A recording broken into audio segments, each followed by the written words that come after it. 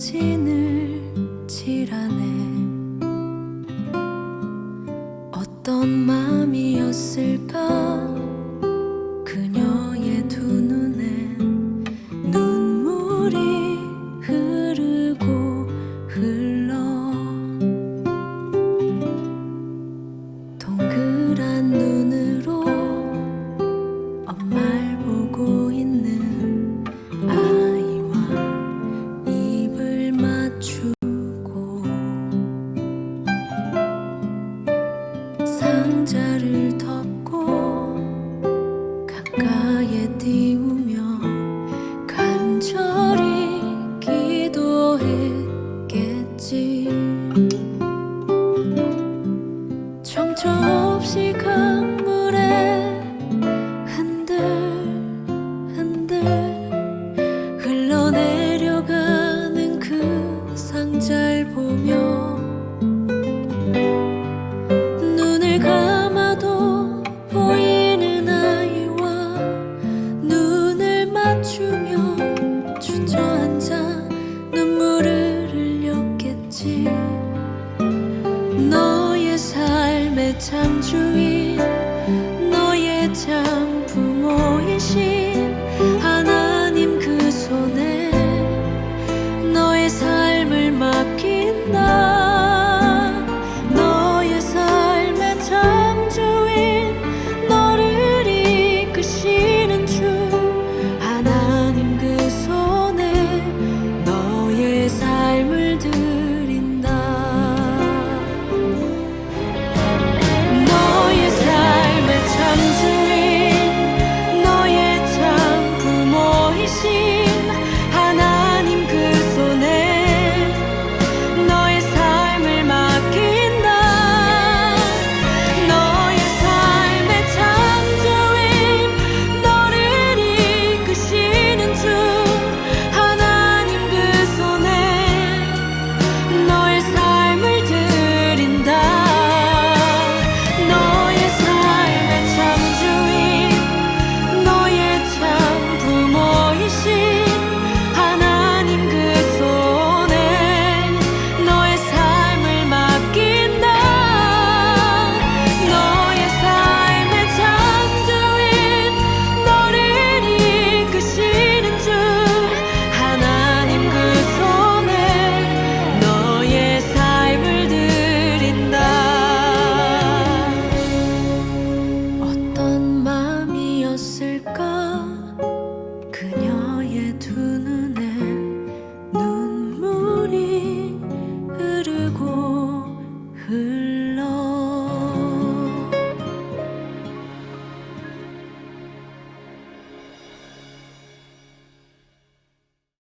예, 오늘 말씀과 관련된 찬양이어서 함께 나누었습니다. 오늘 한국으로는 어버이 주일, 그리고 미국은 어머니 주일로 지키는 그런 주일입니다. 이 땅의 모든 우리 부모님들께 하나님의 은혜와 축복이 함께 하시길 바랍니다. 어린 시절의 기억에 관한 재미있는 실험 하나를 보았는데요. 보통 아주 어린 유아기 시절의 기억들은 우리가 잘 기억을 못하죠. 그래서 사라져버린 기억으로 생각을 하는데 그렇지 않다고 하는 결과가 한 실험을 통해서 나왔습니다. 캐나다 토론토 대학의 한 연구진이 쥐를 가지고 실험을 했는데 어떤 자극을 주고 그것을 잊어버리는데 90일이 걸리는 것을 확인을 합니다. 그리고 나서 그 기억세포들을 다시 활성화시켜 주니까 바로 그것을 기억해 내더라는 것입니다.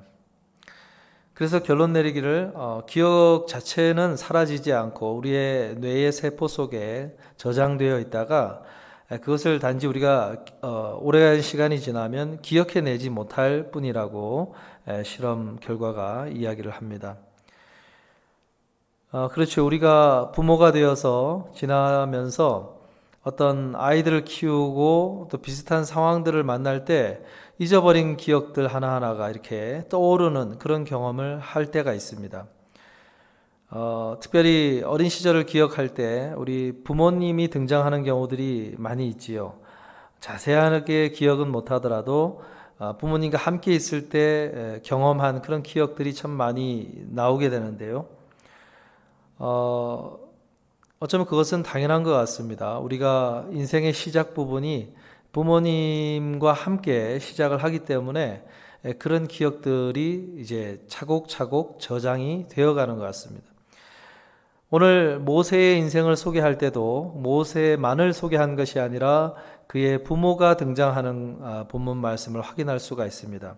그래서 저는 어버이 주일을 맞아 또 어머니 주일을 맞아서 오늘 본문을 통해서 우리에게 주시는 몇 가지 말씀들을 함께 나누기를 원합니다. 첫째로 모세와 그의 부모 인생 속에는 믿음이라고 하는 공통점이 있다고 소개를 하고 있습니다. 오늘 말씀 23절, 24절을 보면 믿음으로 모세가 났을 때 그 부모가, 그리고 24절에 보면 믿음으로 모세는 장성하여 이렇게 말씀을 합니다. 모세와 그의 부모의 삶의 공통분모가 믿음이었다고 소개를 하고 있습니다. 요즘은 세대 간의 차이, 그런 것들이 사회적으로나 또 가정적으로, 교회적으로 참 크다고 하는 것을 많이 느끼고 있고 또 그런 이야기들을 많이 하고 있지요. 이민교회 안에서도 그런 현상이 우리가 일찍부터 있어 왔다고 할 수 있는데 그 현상을 일컫는 말이 사일런트 엑소더스라는 말이 있지요.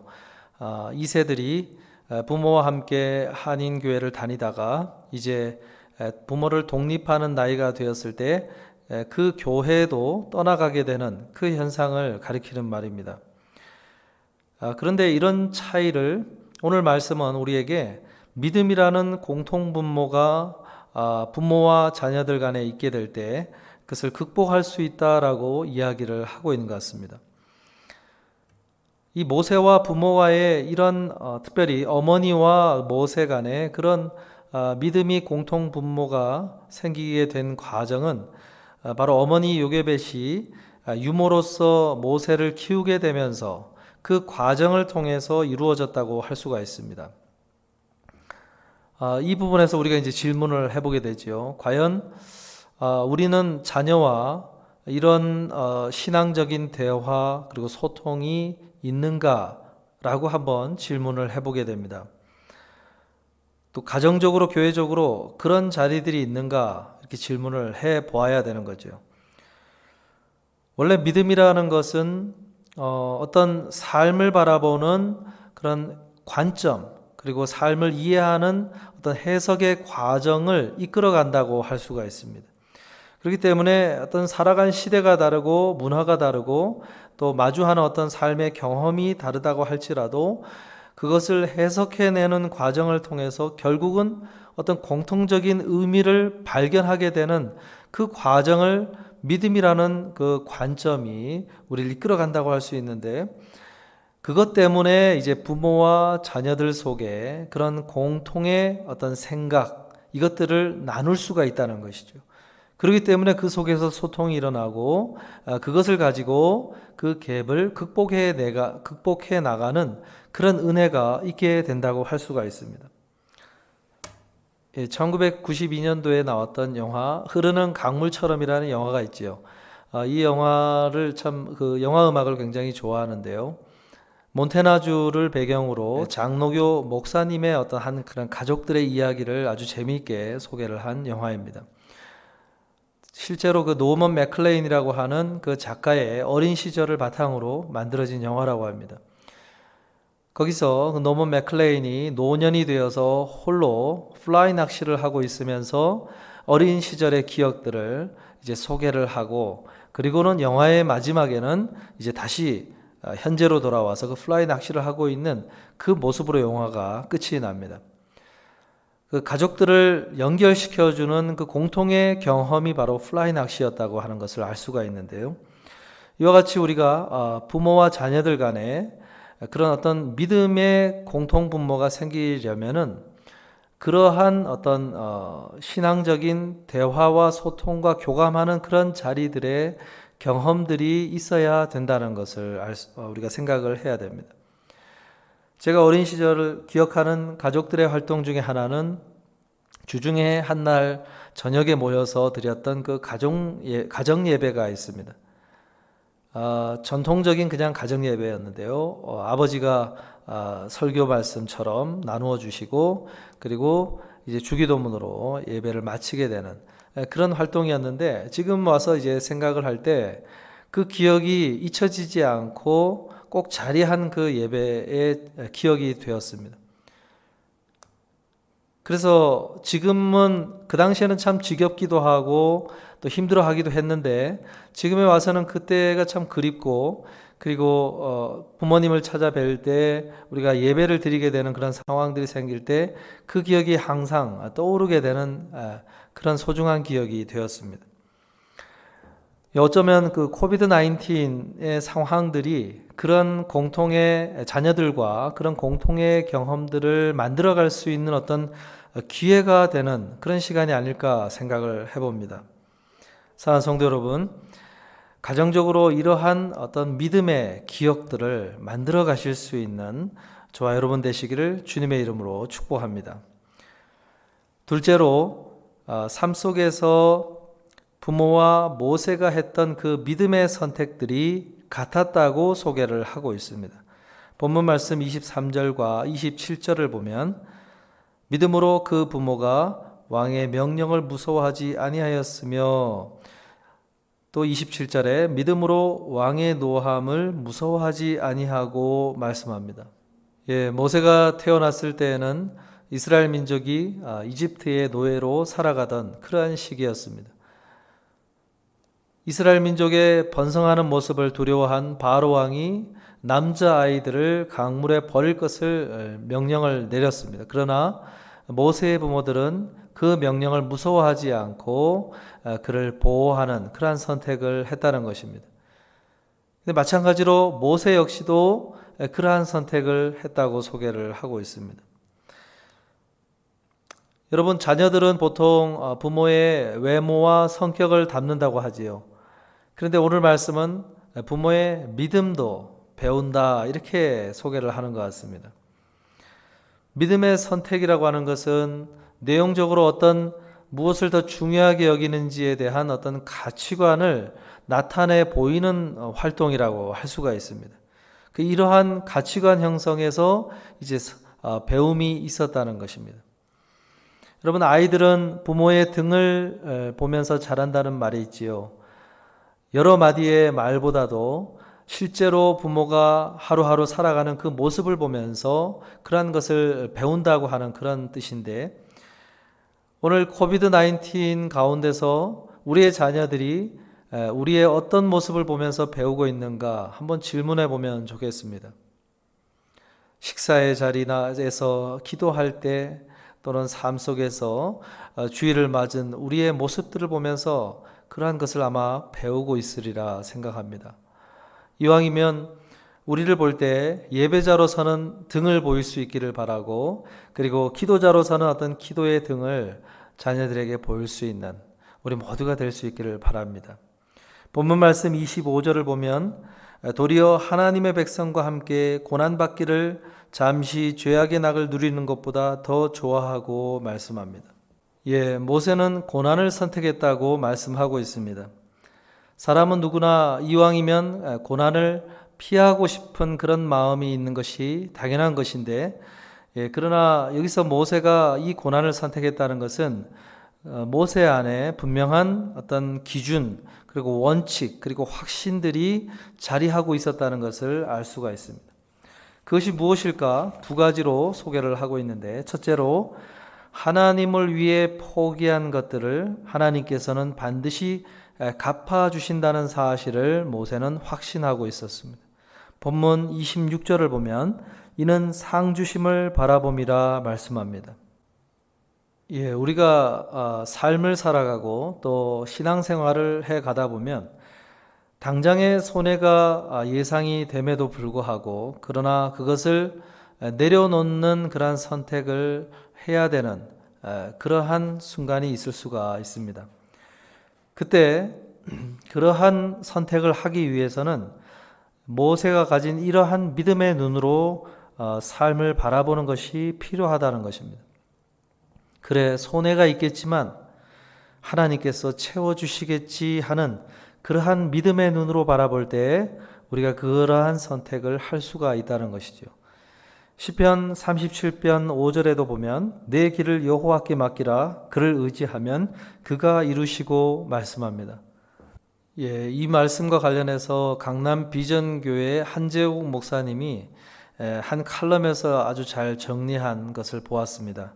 포기는 불신이고 내려놓음은 믿음입니다 라고 정리를 하셨는데, 그렇습니다. 믿음은 우리로 하여금 하나님께 맡기는 선택을 하도록 이끌어 간다고 할 수 있습니다. 때로는 나에게 금전적인 어떤 손해를 입힌 사람들, 또 나에게 아픔과 슬픔을 안겨준 그러한 사람들에게도 이러한 선택을 해야 할 경우들이 있을 수 있습니다. 다윗이 그러했지요. 아무 이유 없이 자신을 사람들이 좋아한다는 그 이유만으로 자기를 시기하고 목숨을 빼앗으려고 한 그 사울 왕을 원수를 갚을 수 있는 절호의 기회들이 2번이 있었습니다. 그때마다 다윗은 하나님께 맡기는 선택을 하고 그러한 다른 선택을 하지 않은 것을 보여줬습니다. 여러분, 이것은 하나님을 향한 그러한 모세와 같은 그러한 믿음이 있었기 때문에 그러한 선택을 할 수가 있었던 것입니다. 로마서 12장 19절에도 보면 사도 바울도 권면을 합니다. 내 사랑하는 자들아, 너희가 친히 원수를 갚지 말고 하나님의 진노하심에 맡기라. 기록되었으되 원수 갚는 것이 내게 있으니 내가 갚으리라고 주께서 말씀하시니라 말씀합니다. 만일 초대교회 성도들이 이러한 원수 갚는 일에 나섰다고 한다면 사도 바울과 같은 그러한 인물은 다시 세워질 수가 없었을 것입니다. 스데반과 같이 하나님께 기도하며 저들의 죄를 용서해 달라고 저들이 자신들이 하는 행위를 알지 못한다고 하는 그러한 호소와 인내함 속에서 그러한 고난을 마주했기 때문에 하나님께서 사도 바울과 같은 강팍한 이들도 변화시켜 하나님의 사람으로 쓰시는 그러한 섭리의 일들이 이루어졌던 것입니다. 어쩌면 우리가 이러한 믿음의 선택을 해야만 이와 같은 하나님께서 예비하시고 계획하신 그러한 섭리의 손길들, 섭리의 계획들이 우리의 삶 속에 풍성하게 펼쳐진다고 할 수가 있습니다. 사랑하는 성도 여러분, 인생 속에 찾아오는 그러한 많은 선택의 기로에서 이러한 믿음의 선택을 하실 수 있는 저와 여러분 되시기를 주님의 이름으로 축복합니다. 둘째로, 모세 안에는 보이지 않는 하나님께서 늘 자신을 지켜보고 계시고 활동하고 계신다는 사실을 확신했습니다. 본문 말씀 27절을 보면 믿음으로 애굽을 떠나 왕의 노함을 무서워하지 아니하고 곧 보이지 아니하는 자를 보는 것 같이 하여 참았으며 말씀합니다. 모세는 하나님께서 영으로 계셔서 볼 수 없을 뿐 그러나 자신의 삶 속에서 활동하고 계신다는 그 사실을 바라보는 의식이 있었습니다. 라틴어로 코람데오라는 말이 있지요. 하나님 앞에서라는 뜻인데 종교개혁자들이 즐겨 사용했던 그러한 말이었습니다. 오늘 모세가 보여준 그 부분이 바로 그런 것이었습니다. 요셉도 그러했지요. 보디발의 아내가 유혹하는 그 순간에도 그것을 뿌리칠 수 있었던 것은 하나님이 자신을 보고 계신다는 그 사실 때문에 그렇게 할 수 있었다는 것입니다. 시편 139편 3절에서도 보면 나의 모든 길과 내가 눕는 것을 살펴보셨으므로 나의 모든 행위를 익히 아시오니 말씀합니다. 하나님께서 다 지켜보고 계신다는 그 사실을 생각하며 드린 그 고백이었습니다. 우리가 예배자로 설 때에도 이러한 의식이 필요하다고 할 수 있습니다. 교회 현장에 있던 가정에 있던 간에 우리를 지켜보고 계신다는 그 사실을 의식할 때에 비로소 예배자에게 필요한 그 의식이 갖춰진다고 할 수가 있습니다. 그리할 때 우리가 마음을 담아서 진정한 예배를 드릴 수가 있고 또 하나님께서 주시는 그런 은혜들을 경험할 수 있는 그러한 예배가 이루어진다고 할 수가 있습니다. 예수님께서도 이와 같은 이야기를 하셨습니다. 기도에 대해서 이야기를 하시면서 바리새인들처럼 기도하지 말라고 하셨지요. 왜냐하면 그들은 길가에 사람들이 많이 다니는 곳에 가서 그곳에서 양파를 들고 드리는 기도인데, 그 기도는 사람을 의식하는 기도이기 때문에 그렇게 하지 말라는 것이었습니다. 오히려 문을 닫고 홀로 골방에 가서 하나님을 의식하면서 드리는 기도를 드리라고 하셨지요. 사랑하는 성도 여러분, 오늘 우리의 이 믿음의 내용도 이러한 모세가 고백하고 있는 그러한 내용이 되어야 될 줄로 믿습니다. 우리 모두가 이러한 믿음의 사람들이 되실 수 있기를 주님의 이름으로 축복합니다. 말씀을 마치려고 합니다. 축복송들이 참 많이 있는데요.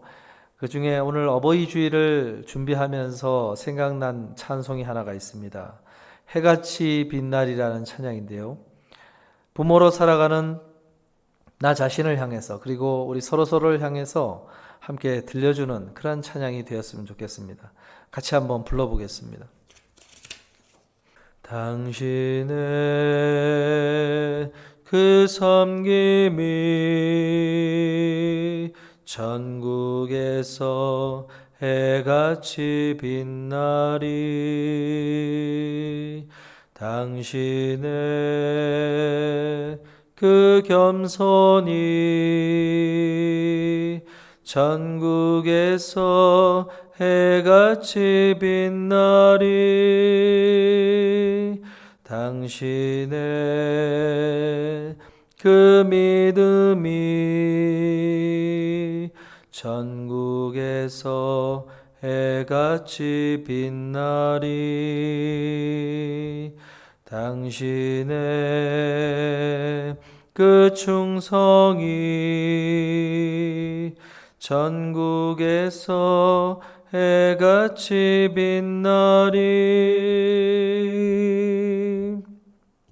주님이 기억하시면 족하리. 예수님 사랑으로 가득한 모습, 천사도 흠모하는 아름다운 그 모습, 전국에서 해같이 빛나리.